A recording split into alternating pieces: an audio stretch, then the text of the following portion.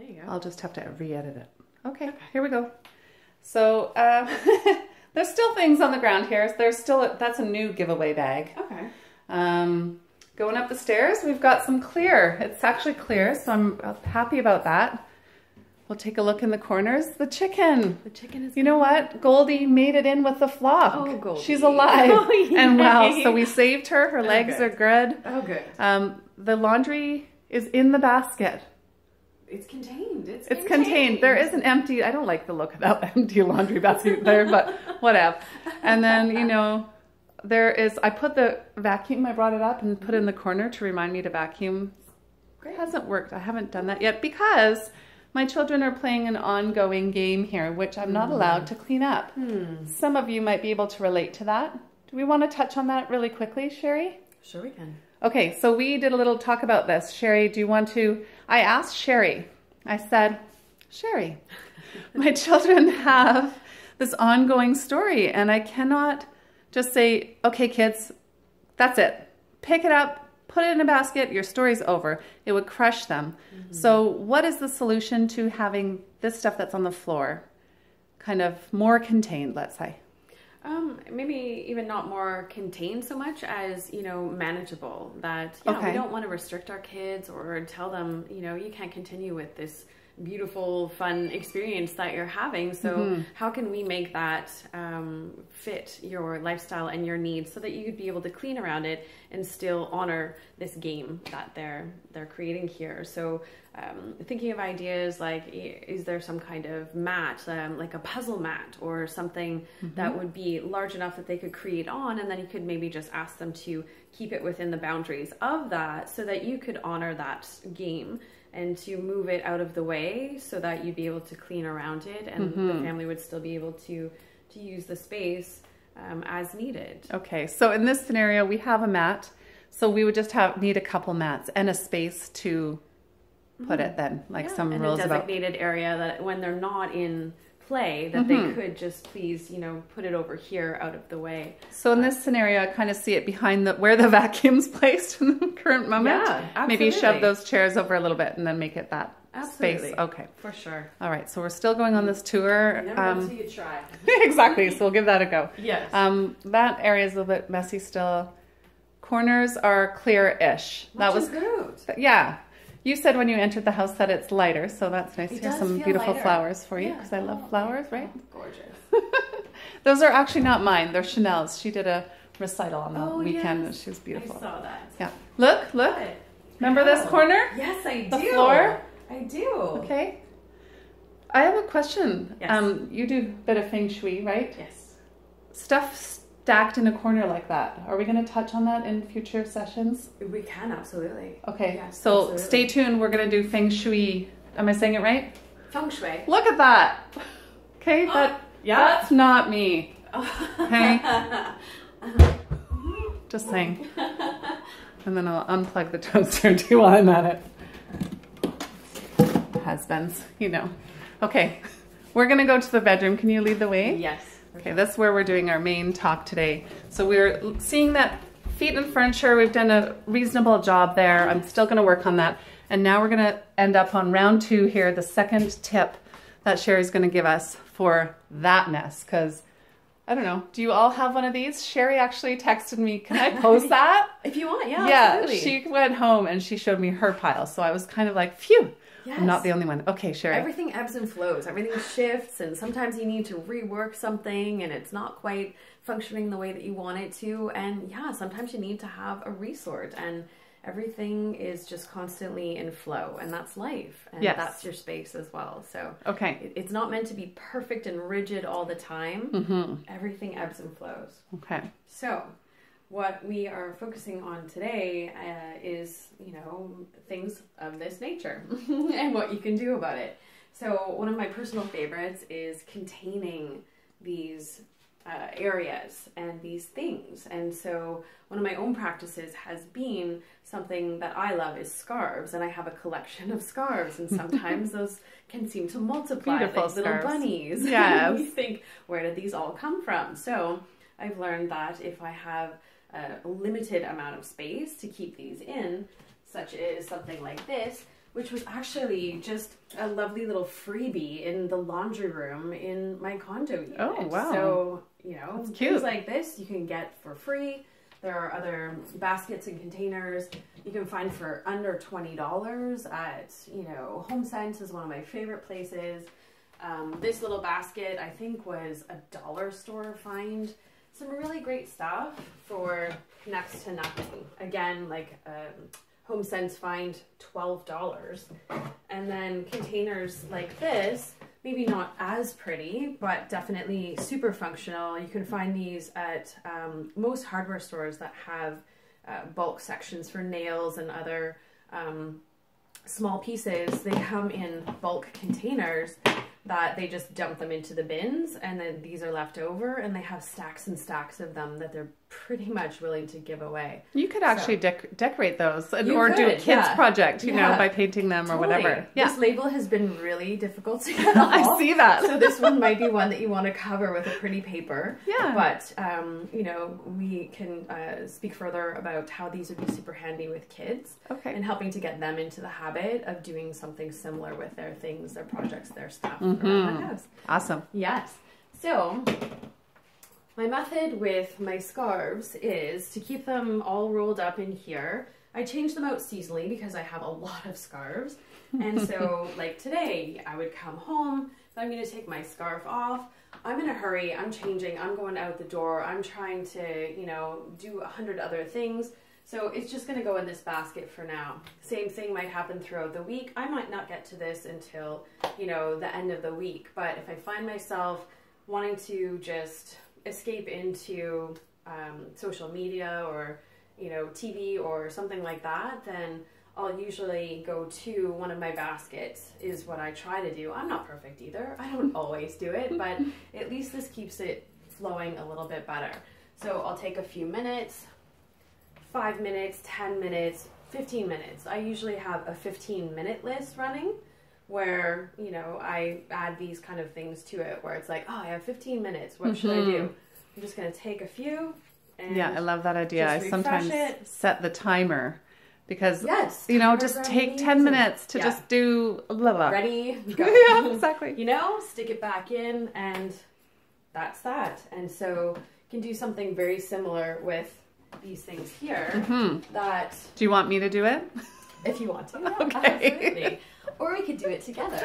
All right. Take my keys out. Those over here. Here, I'll swap for you. I don't know how to reverse this. I guess I have to practice that. Okay. I can be cameraman. All right. So, some things here are clean and some are dirty, okay? This is Gary's.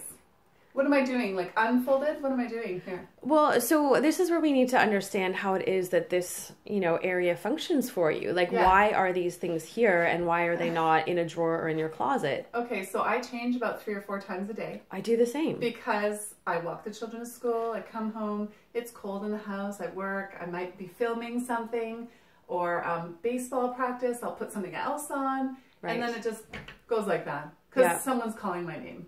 Right. Yes, right? Absolutely. And then some of them are clean because I take them off the hanger downstairs. Okay. And I bring them up in a pile. Yes. And then someone calls mom. I'm like, okay, put it here. Okay. Right. So what you could have then is it's been worn basket and it still needs to be put away basket up here. Right. That, you know, when you do find yourself with those 15 minutes that, do that right now. You know, that you can manage one of the baskets. Okay. And then it's not pulling one thing out of the stack and everything falls over. You know, that's got its own stress. And a little bit of feng shui, you know, that's like a leaning tower of Pisa of clothes, you know. You're anticipating that any moment now that's going to topple over. Yeah, and it does. And you see it out of the corner of your eye and it's like, you sometimes have to... the smell test, totally, you know, and you want to look your best. You're a professional woman, you're a mom, and you're a stylish professional woman, you know. So you want to present yourself as that, but you also have a life and kids and a schedule that doesn't necessarily allow for that. So just having some systems in place that can help you to maintain that. Really, Sherry, yes. Do you see what's happening now? Right. You might have a little bit more than will fit in the basket. No, you know what my mind does? Okay, well, there's room there.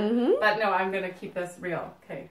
So those, some of them are like kind of clean. Like I'd wear them again, I wouldn't wash them, you know? So right. And so myself, I have a series of hooks behind the door. I know they're not your favorite thing. No, they're not my favorite. But it works. And so if it doesn't work for you to have the hooks behind your door, then maybe let's look at reworking your closet so that does function for you.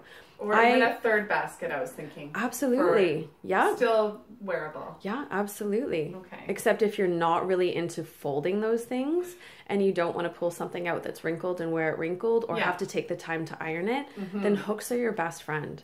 True. I just redid a friend's son's closet. He's 16 and can't stand hangers. Oh. And so we took out all of the bars and the shelves in his closet, and we just put a whole series of hooks all the way around. Oh, so really? That's a good idea. Over hoodie, and all of his jeans all on one hook. And he's fine with just pulling one off and putting them all back. He loves that system. It works really well. So just reworking the actual closet. Yes, so that it functions with how you function and how you function with your clothes. You know, it's time consuming to iron. I hate ironing. Oh, no. But, you know, if it works for you, that it's just there, you can grab it, change out of one outfit, hook it back up and go, you know, put something else on. Right. But the next time that you want to wear that thing again to go get the kids, go grab groceries, go to a baseball game, what have you, it's there and accessible and it still looks reasonably, you know, well put together. Yes, I like and that. Not crunched in a ball and you're not doing this with the pile. Yeah, and then they end up on the floor and then you have to regather everything and throw it back up there. Exactly. Okay, cool. So you're calling this drop zones, right? Yes. And creating systems. Yes. All right. Yeah, it's just managing those drop zones and, you know, piles of things that seem to gather. Okay, awesome. Is there another example of that in the house? Do you think we can do one more example of it? I know, office, right? Yes. Okay, absolutely. let's go there. Okay. Lead the way. Right. Oh, yes. Oh, Gary, you're in the video now. Silly. Excuse me, Gary. We're filming right now. Came up. Keeping it real here, folks, you know? Straight up. Straight up. Kicking you out. Okay, so this space, you know, we're kind of sharing it. It's a bit of our office, and the kids get to craft here a little bit. You can see I've tried some baskets. This is supposed to be electronical stuff, you know, like wires and stuff. And then over there I have a few baskets for paper and pencils and stuff. Yeah. So how would we tackle this space, or do I just need to revisit it and empty when it becomes full? We talked about that. Yeah. When it gets too full. Yes, when things start to end up overflowing, then you know it's just time to take that basket. And if you can only deal with one basket at a time, just revisit what's in that basket. And again, maybe reminding those that also share the space with you that, you know, please try to contain the things in the containers that they belong in. And it's just creating habits and being considerate of other people's space is what I really look at it as, you know, creating the habit of thought for yourself and for those in your family. How am I leaving this space for somebody else? You know, am I being respectful of the next person that's going to be here and using this space? Yeah. Would I want to show up to this space with it like this and have to do, you know, the forearm sweep just to try to That's be able a teaching moment in itself. Maybe we'll create something that can help us all with that moment, because teaching children that isn't the easiest, but maybe persistence is key on that, and role modeling. Sure, absolutely, yes. Cool. 2 questions. Yes. I know the first one. The other one slipped me for a moment. Okay. When things are overflowing, what do you personally do with it? What do you recommend doing with your too many scarves, your old clothes that you haven't worn, or is that another topic we're covering? It's not so much another topic. It's just my general rule is that I do my best to keep what I own contained in a container, and if there's too much, to fit in there properly and to be respectful of those things and honor those things properly and take care of them and place them in there with some kind of care or at least presence, then I know it's time to reduce the number of things that are in that. You know, how many of those things am I actually using? How much of that am I enjoying having in my life, you know, because the more things you have, the more things you have to manage, the less time you have to actually enjoy the things that you enjoy enjoying. Yeah, so, it's very true. Right? Yeah. So then where do you put some of your things? Do you just donate it, or do you... Yeah, I would definitely, if at all possible, I give it to somebody that I know would enjoy it first. You know, I think of who in my life might enjoy this. I was gifted a pair of lovely sandals recently, and they're just a bit too big for me. So my first thought is, who might enjoy these in my life? Okay, I like that. And I'll get in touch with them first. And if they don't want that, then I would take it to, you know, either women in need, or a place that I know really does benefit others greatly by having that item. Cool. And then if all else fails, then donating it to, you know, Value Village or, you know, somewhere like that. Yeah, so. Thinking about where that can add value first, because that's, I like that point, is that you're really honoring your things and who will enjoy it. Because often I will just put it all in a bag and give it away because it's practical or easy for me. Yeah. But I like the idea of actually handing things over that are in good shape to people who would like it. Okay, I love that. A little bit more work that way, but yeah, it is. It makes me feel good. But it's worthwhile, yes. And the final point, of course, is how this all ties together with relationship. Maybe you can just summarize today's Dropbox lesson on, and a summary on relationship. Absolutely. Thank you. So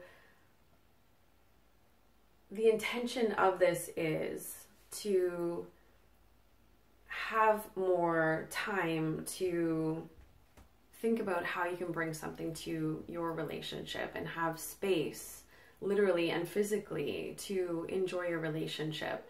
And so again, as women, you know, we have these constant to-do lists. We're such multitaskers that, you know, all of these things that we don't think are weighing on us are weighing on us. So, you know, here we are wondering why our relationship isn't thriving, but we're not giving it space to thrive. You know, there are constant to-do lists and piles of things that need attention and are drawing our attention subconsciously.